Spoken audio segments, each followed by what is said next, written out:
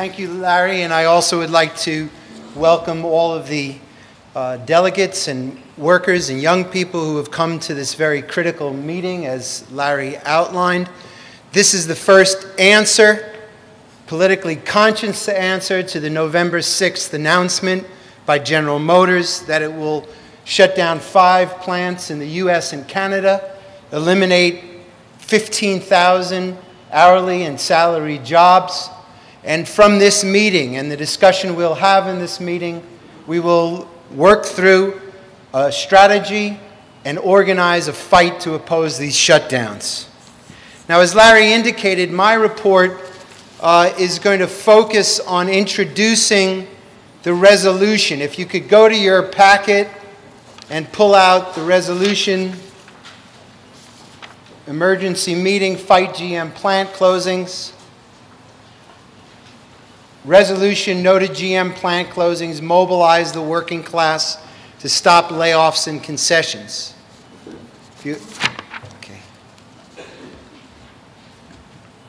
Now, as I indicated, on November 6th, General Motors announced it was closing 5 plants in the U.S. and Canada by early 2019 and eliminating nearly 15,000 hourly and salary jobs in North America. In the crosshairs of the corporation's attack are 3 major assembly plants. In Detroit, Hamtramck, the Lordstown, Ohio plant, and the Oshawa, Ontario plant, as well as 2 transmission plants in the Detroit suburb of Warren and White Marsh, Maryland, just outside of Baltimore. Job cuts will also reportedly hit GM's Brownstown, Michigan battery plant.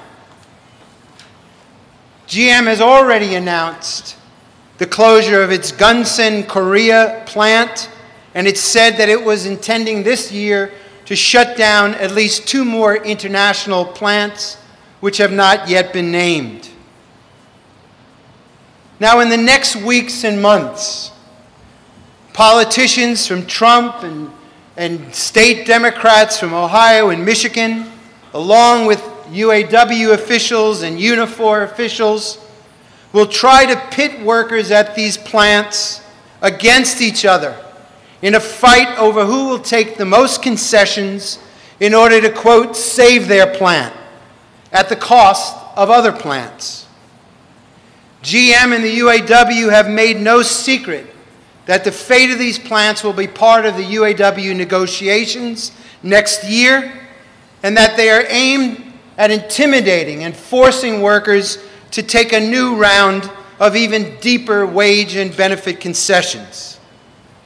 Now, we have not convened this meeting today to work out some kind of miserable compromise, but to discuss a strategy to stop all closings and layoffs and to oppose the plans already in the making by the UAW and Unifor to blackmail workers into sacrificing even more in exchange for worthless promises of job security. We have proposed for adoption at this meeting a resolution which summarizes the situation facing auto workers and all workers and the tasks that we believe that must flow from this situation. So if I can, I'd like to elaborate on the specific points. And again, as Larry indicated, the purpose of my report is to introduce this resolution so that we then can have the widest discussion and debate on the issues that it raises and work through an agreement on the way forward to fight. Now, first, the resolution states that these plant closings and layoffs in point 1 will have devastating consequences for tens of thousands of auto workers, their families, and all workers who depend on the auto industry. Now, in fact, these plant closings would be a death sentence to working class communities in Detroit, in Youngstown, Ohio, right next to the Lordstown plant, and Oshawa, Ontario. All of these cities have been hit by decades of deindustrialization. 1,500 workers will lose their jobs at the Detroit Hamtramck plant less than a couple of miles from here, which already eliminated a shift of 1,500 workers in March 2017. Nearly 500 will lose their jobs at the Warren transmission plant, and thousands of engineers, designers, and other white-collar workers will lose their jobs at the GM Tech Center and other locations. The Lordstown plant, built in 1966, was the anchor and is the anchor of the Mahoning Valley region, halfway between Pittsburgh and Cleveland. It has already lost 2 of 3 of its shifts and will lose another 1,500 jobs. Nearby Youngstown, a former steel mill town, has a child poverty rate of 59%. In Oshawa, where there was once 24,000 General Motors workers, in one of the largest auto complexes in the world, there are barely 2,000 workers now. In scenes reminiscent of the Great Depression, the homeless set up a tent city in the nearby woods outside of Oshawa. The impact of these closings will extend far beyond the workers most immediately affected. Experts estimate that the ripple effect of the closures will be 7 to 9 times the number of workers being laid off. This is due to cuts at jobs supplier plants, trucking companies, restaurants, and other service industries. This means anywhere from 42,000 to 54,000 jobs will be wiped out. And the effects are not just economic. A Duke University public policy analyst by the name of Elizabeth Ananat, who studies the impact of plant closures on children and schools, compared them to hurricanes that cause, quote, community-level trauma, leading to social and psychological distress, depression, and increased anxiety and violence among children. If these plants are allowed to close, how many more schools will be closed? How many more workers will have their homes foreclosed? How many more families will break up? How many more suicides and opioid deaths will occur? To answer this question, one only has to look at cities like Flint or Dayton, Ohio, where General Motors left nothing behind but economic, social, and ecological disaster.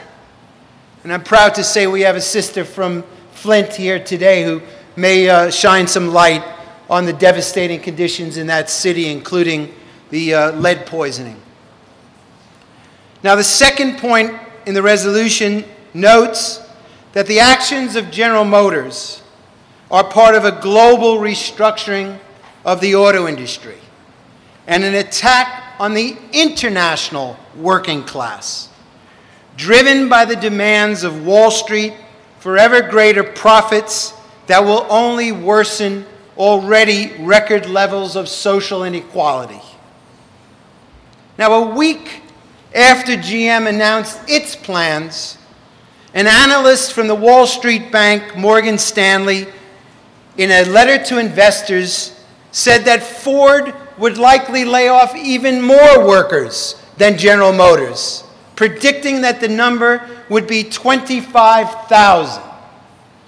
Not only would these job cuts affect workers, hourly workers in the US and Canada, but he said the bulk of these cuts would in fact be in Europe.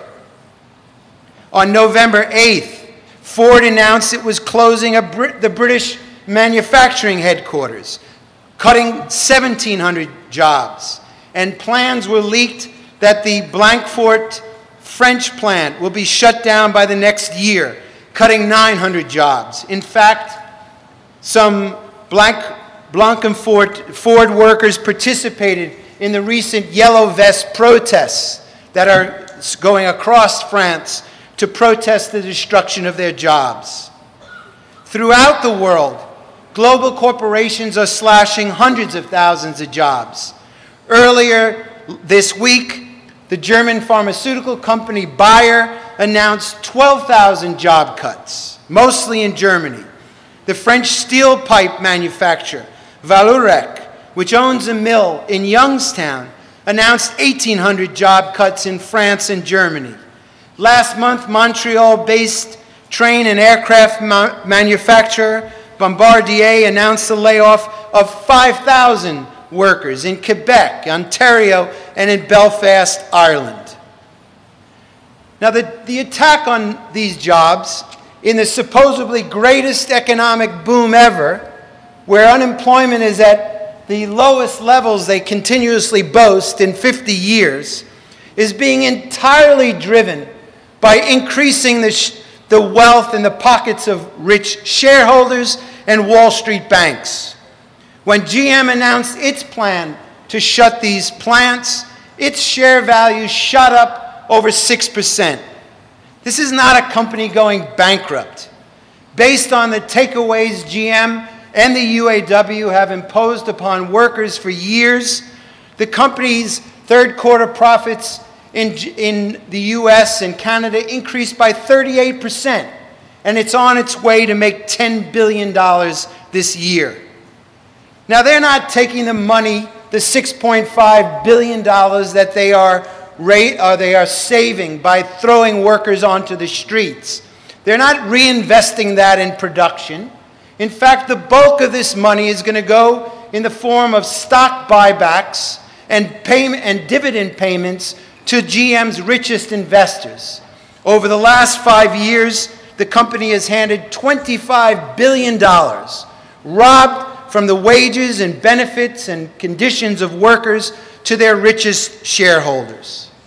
Now, this is a slide on GM's profits since 2010. Of course, the restructuring by the Obama administration took place after the financial crash of 2008. In 2009, the UAW agreed to massive concessions, including halving the wages of new workers, abolishing the 8-hour day, and in the 8 years since, General Motors has steadily made profit after profit after profit. Now, what is happening? Thank you. What is happening to General Motors workers is in fact a part of a process that has been happening to workers throughout the US and in fact global economy. For decades, workers have faced a relentless attack on their wages and conditions. By 2012, as you can see in this document, whoop, don't jump. I can point. Okay, you do it. Right. So I'll get back to the share. Want to go back one? Yeah. Yes. Sorry. That's all right. This is a chart that shows how the immense gap between the percentage of the gross domestic product, which goes for profits, which has steadily increased, especially after it went down after the crash in 2008, and it has shot back up. It's now the percentage that profits are of the gross domestic product is the highest since 1929. And the wages of workers, which is in the red line, is now the lowest share of the gross domestic product since 1929. There has been a steady decline in the wages of workers. In fact, the purchasing power of a worker's wage today is no more than in 1978, 40 years ago. We have not taken one step forward in living standards since 1978.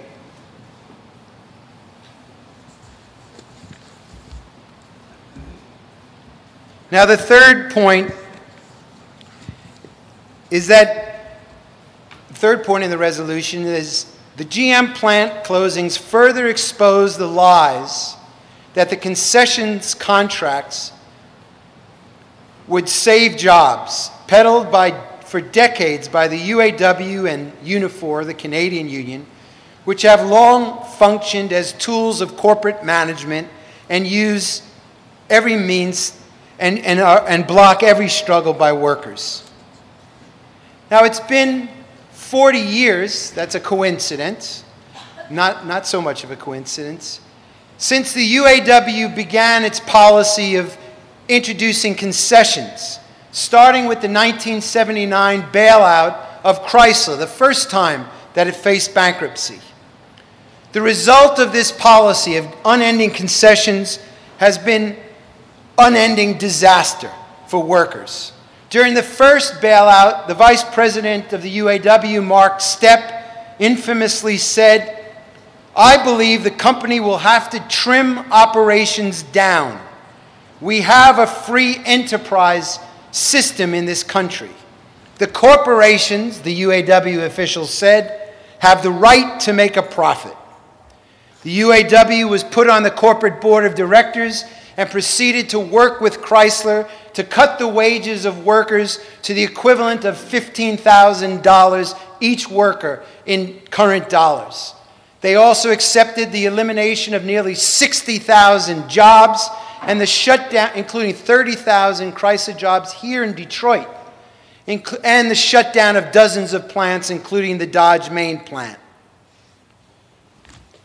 During the 1980s, the unions worked to isolate and defeat every struggle by workers, beginning with the air traffic controller strike of 1981 and their firing by the Reagan administration. The unions adopted a policy at that time, officially, of corporatism. The claim that somehow the corporate owners, the capitalist exploiters, and the workers had the same identical interest. That the days in which workers had to fight and battle to increase the share of the wealth that we create, to increase the share that we get in a struggle against the capitalist employers, this was no longer operable. Now, workers had to work with the bosses to cut wages and make the American corporations more competitive against Japanese and European rivals. Now, what has this policy produced? This was supposedly to save jobs. Jerry, you got to point it over here. Okay. Well, this is the result of the job security of the United Auto Workers Union. A decline in 80% of the jobs since 1978. Close to 750,000 jobs in 1978, which was the peak. Today, there are barely 141,000 workers at Ford, Chrysler, and General Motors. And of course, that has gone hand in hand with the decimation of the conditions of workers. Now, as you said, point that way. Yes. Yes.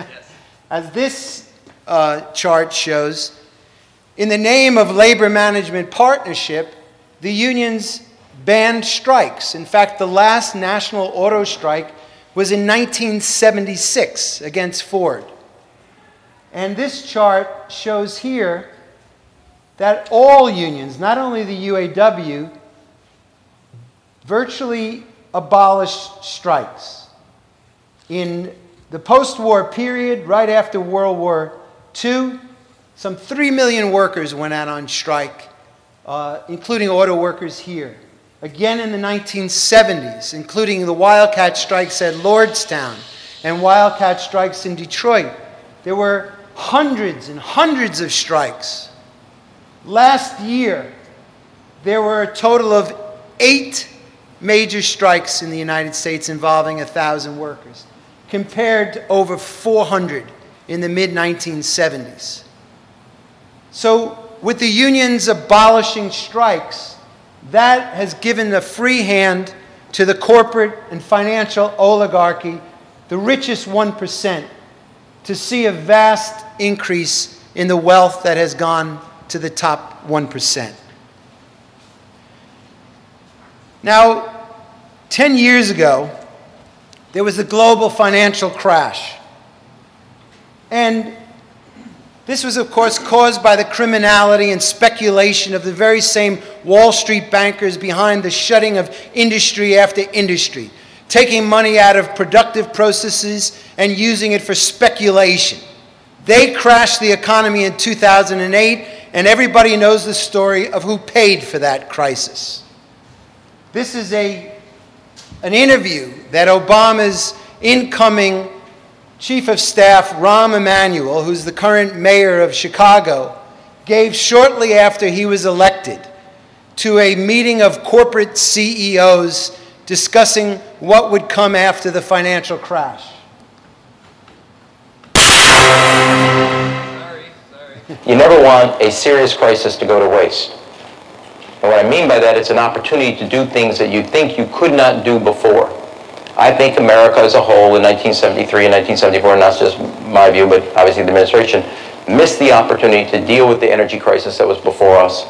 For a long time, our entire energy policy came down to cheap oil. This is an opportunity. What used to be long-term problems, be they in the healthcare area, energy area, education area, fiscal area, tax area, regulatory reform area, things that we had postponed for too long that were long-term are now immediate and must be dealt with.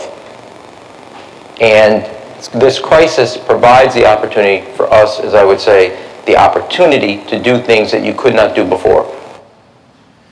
All right, this is a former investment banker himself, and what they were saying is, yes, wages were cut in the 70s, yes, there were plant closings, but there are still some unfinished business.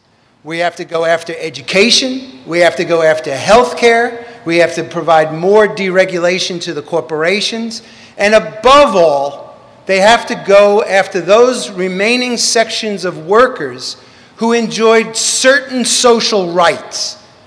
And that, above all, meant the auto workers who, after generations of struggle, had won certain basic rights. So how did they proceed in not allowing this crisis to go to waste?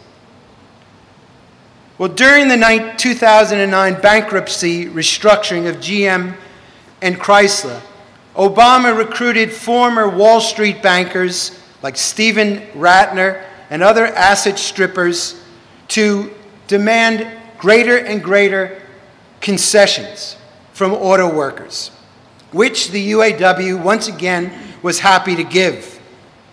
UAW President Ronald Gettelfinger agreed to reopen the 2009 contracts and make all new hires second-tier workers, earning half the pay and far inferior wages than the so-called legacy workers. Even though the Jobs Bank, which had been whittled down for years, the Auto Task Force insisted on its complete elimination, denouncing as an absurd idea that unemployed auto workers should have some form of income security if their plants are shut or if they're laid off. It was completely eliminated. And these are the remarks by Obama.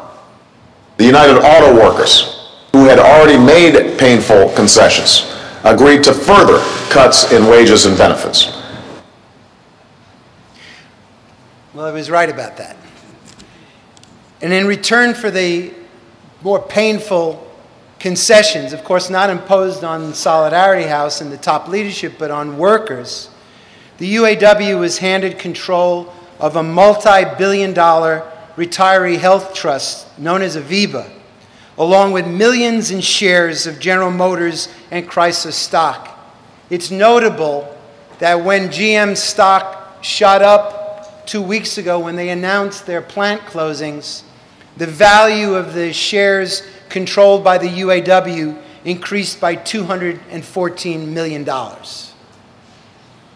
The UAW agreed to more concessions in 2011 and 2015, including the elimination of the 8-hour day, the establishment of the alternative work schedule, and a vast expansion of temporary part-time workers who pay union dues but have absolutely no rights.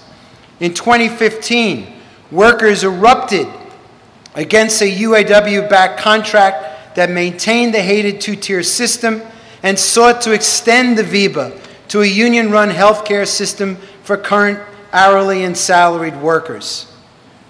After workers rejected this by a 2-to-1 margin, the UAW rammed it through a second version at Fiat Chrysler and the other factories by once again telling workers that if they did not accept these further concessions, they would lose their jobs.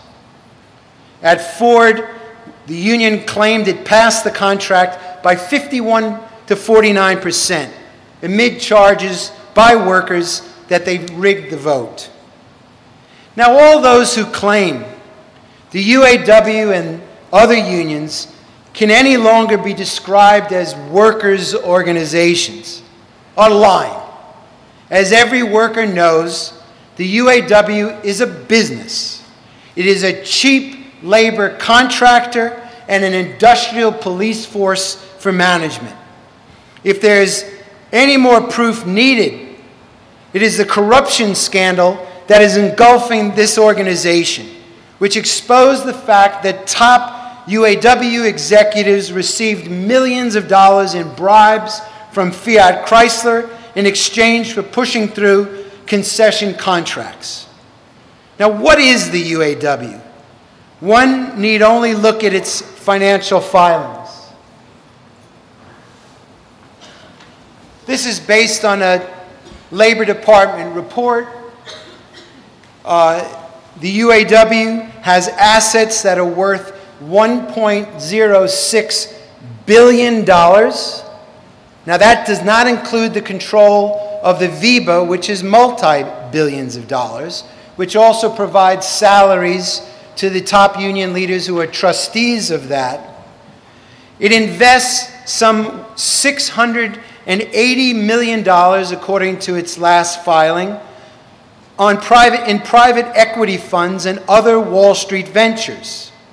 It pays out $75 million to its top executives, and hundreds of staff members, which include its relatives, put in cushy jobs. And this is some of its disbursements. It spends nearly $100 million on, quote, representational activities. And any worker who goes up to a shop steward in a factory and asks for help and is told, shut up, be happy, you have a job, will know what representational activities really constitute. Another $67 million, well, it breaks it down. The red union administration, political activities and lobbying on behalf of the Democratic Party. And then if you were to look at that very, I think it's the very top. Oh, yes, this part here. That is what is spent on strike benefits by the UAW.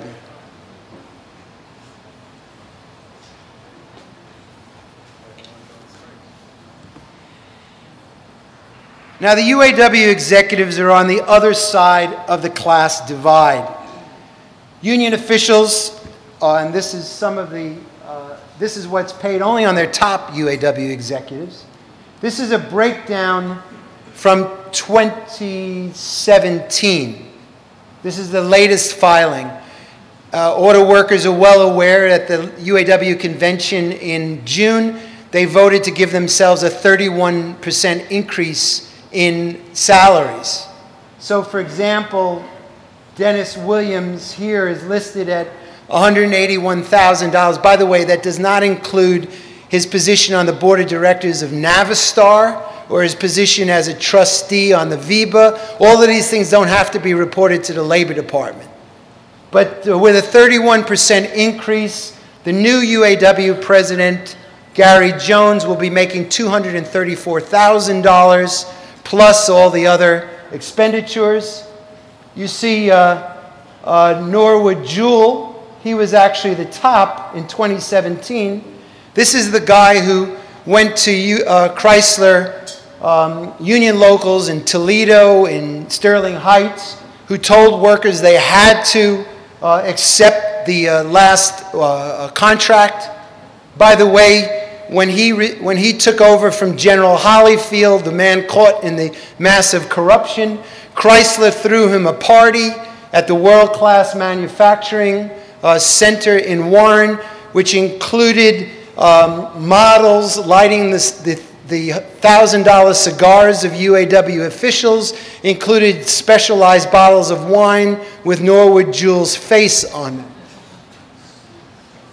And by the way, he resigned rather abruptly as the corruption scandal closed in on his top aide, I think her name is Nancy Johnson, who, by the way, spent $1,400 on a pair of Italian designer shoes.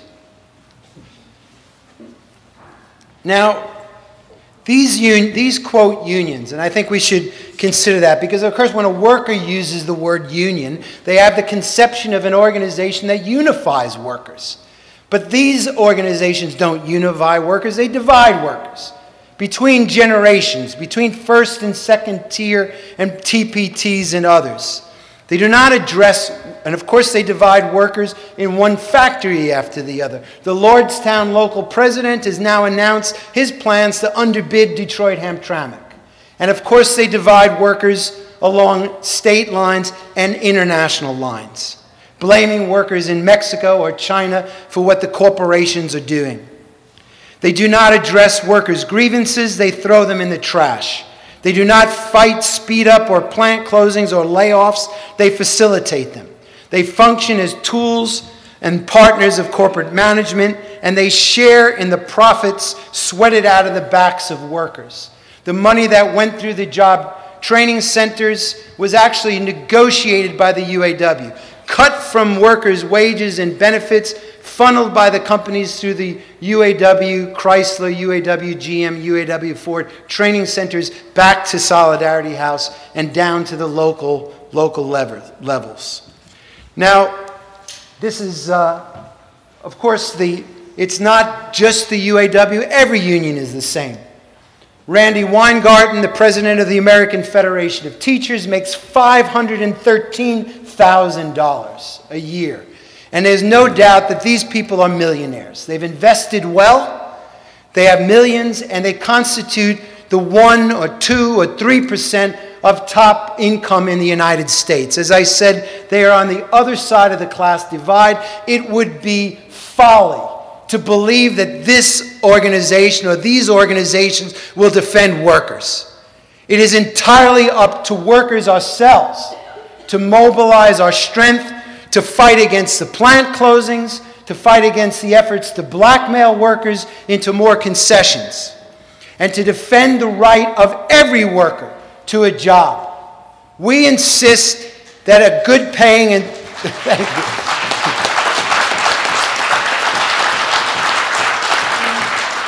That a good paying job is not a luxury, it's not granted to workers, it is a social right that has to be fought for by all workers.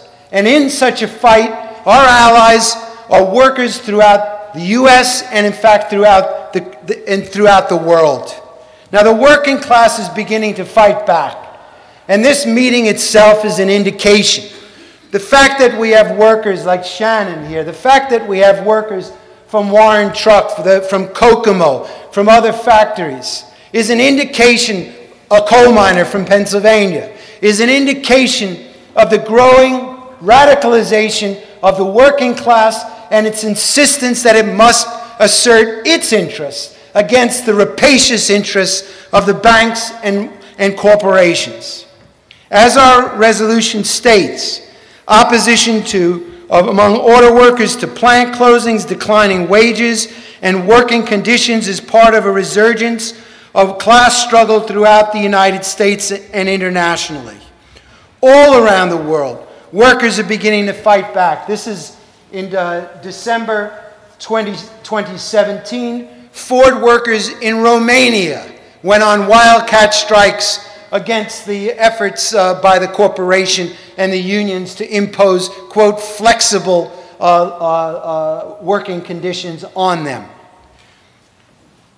Of course, in the United States, the struggles of the West Virginia teachers, the Oklahoma teachers, the Arizona teachers, other sections in Colorado and Kentucky and elsewhere this year is an indication that years and years of declining wages, cuts in social programs like public education, endless corporate tax cuts by Democrats and Republicans alike has created conditions where it is impossible to provide the most basic and elementary necessities of life. And teachers rebelled against their own unions, against Miss Randy Weingarten, and began sparking a movement of workers throughout the country. And most of all, and we will later in the meeting have the great pleasure of being able to hear from a comrade from France on the explosive struggle of the Yellow Vest protesters. They are been engaged in mass protests, confrontations against Emmanuel Macron, the president of France, who is known as the president of the rich, a former investment banker himself, who has cut taxes on the corporations and drastically increased taxes on fuel and other basic necessities. Those workers are giving an expression to the social anger over social inequality all across the world. And we anticipate that there will be many, many more struggles, and that auto workers fighting to defend their jobs will have allies. But we want to outline in the final points of the resolution on the floor for discussion today is what is the way forward? How do we take forward the independent initiative of workers? If the unions won't fight, and they won't, then workers have to organize new forms of struggle, independent committees, rank and file factory and workplace and neighborhood committees to mobilize all workers to defend the right to jobs, the right to health care, public education, the right to a pension. The battle lines are being drawn. The entire political establishment is lining up against auto workers. When you see Trump and the Democrats bemoan the job closures, you should ask yourself, who's lying more? Who's the greater hypocrite?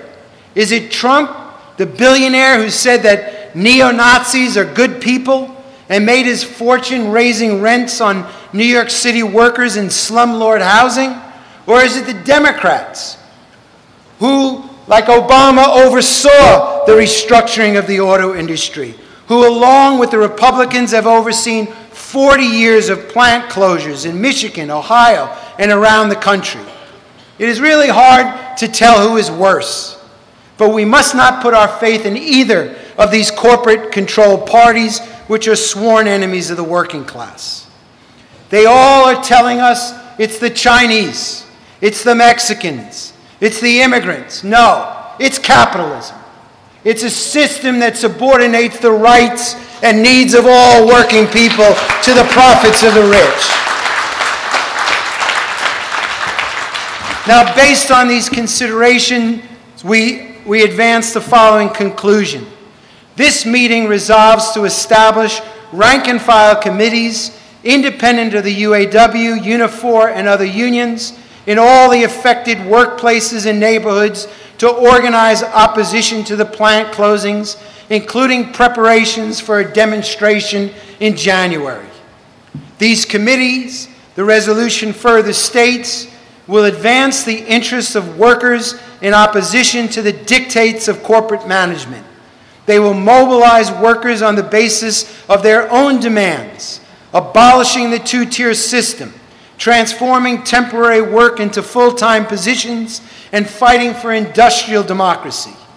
They will demand that workers have unrestricted access to all corporate and union financial records and oversight over all negotiations and contract. And finally, that these committees will establish lines of communication and collaboration with all workers, including auto parts workers, teachers, Amazon workers, service workers, and others, and fight for the unity of American workers with our class brothers and sisters in Canada, Mexico, and the rest of the world. The working class is only as strong as it is unified and unified internationally. No section of workers can take on global corporations alone. We must go forward from this meeting fighting for the unity of workers around the world. The proposals that we have before you, and which I would like to now open the floor for discussion and debate, outlines an independent initiative, that is the fight for the rank and file committees, that will be a genuine voice, democratic voice of workers on the shop floor, which will fight to unify all sections of workers. And in conclusion, I want to reiterate once again that the presence of workers like Shannon and others from throughout the country, from Canada, the greetings that we've gotten from around the world, is an expression of the growing determination. Now, to take forward that determination, we have to work through very carefully, what are we fighting for? What is the program? What are the ideas and principles which will guide this struggle? So on that basis, I'd like to open the floor for discussion on the resolution.